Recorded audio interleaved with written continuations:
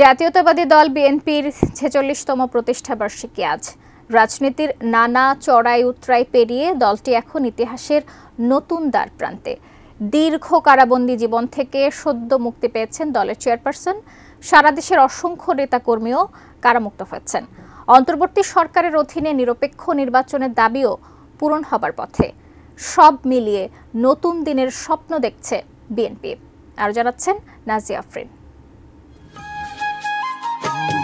৭৫-এর পট পরিবর্তনে রাষ্ট্র পরিচালনায় আসা অবশ্যম্ভাবী হয়ে ওঠে বীর মুক্তিযোদ্ধা জিয়াউর রহমানের। সময়ের চাহিদায় সৃষ্টি করলেন নতুন রাজনৈতিক দল। ঢাকার রমনা বটমূলের খোলা চত্বরে ১৯৭৮ সালে ১ সেপ্টেম্বর বাংলাদেশ জাতীয়তাবাদী দল বিএনপির জন্ম হয়।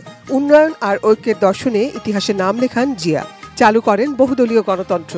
১৯৮১ সালে ৩০ মে চট্টগ্রামে কিছু বিপদগামী সেনা সদস্যের হাতে নিহত হন প্রেসিডেন্ট জিয়া।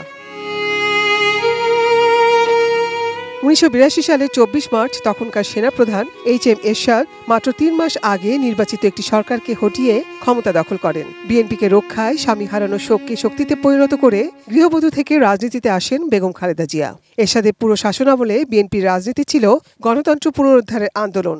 ৯০-এর ছাত্র জনতার গণ অভ্যুত্থানে স্বৈরাচার এরশাদের পতন হয়। ১৯৯১ সালের নির্বাচনে বিপুল ভোটে জয়ী হয়ে ক্ষমতায় আসে বিএনপি। ২০০১-এও নির্বাচিত হয় দলটি।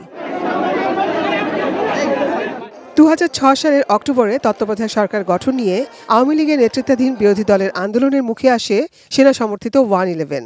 ২০০৭ সালে ফখরুদ্দিন সরকার দায়িত্ব নেওয়ার পর শুরু হয় ব্যাপক ধরপাকড়। গ্রেফতার হন বিএনপি চেয়ারপারসন বেগম খালেদা জিয়া ও তার বড় ছেলে তারেক রহমান। শিয়া বাটার ও ভিটামিন ই সমৃদ্ধ lily glam beauty soap. Lily, always beautiful. ২০০৮ সালে নির্বাচনে জয়লাভ করে ক্ষমতায় আসে আওয়ামী লীগ। সংবিধানের ৫ম সংশোধনের মাধ্যমে বাতিল করা হয় তত্ত্বাবধায়ক সরকার ব্যবস্থা।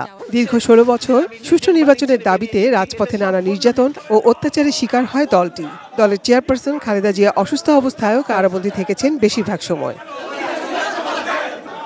রাজনৈতিক মিথ্যা মামলায় বিএনপির লক্ষাধিক নেতাকর্মী জেল জুলুম ছাড়াও গুম খুনের শিকার হন। এখনও লন্ডনে প্রবাস জীবন কাটাচ্ছেন দলের ভারপ্রাপ্ত চেয়ারম্যান তারেক রহমান। প্রিয় বাংলাদেশ আজ কারামুক্ত।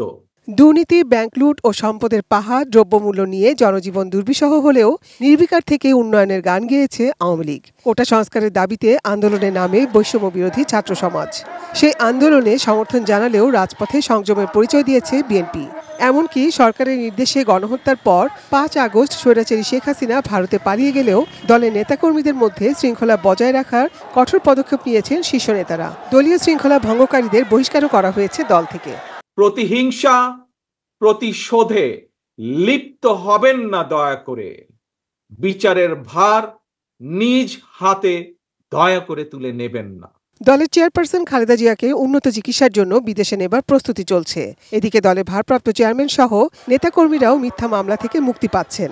এই মুহূর্তে দলটির একটি চাওয়া, যত দ্রুত সম্ভব অন্তর্বর্তী সরকারের অধীনে একটি নিরপেক্ষ নির্বাচন।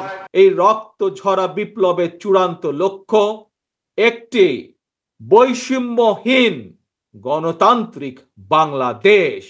Nazia Afrin, ATN news, Dhaka.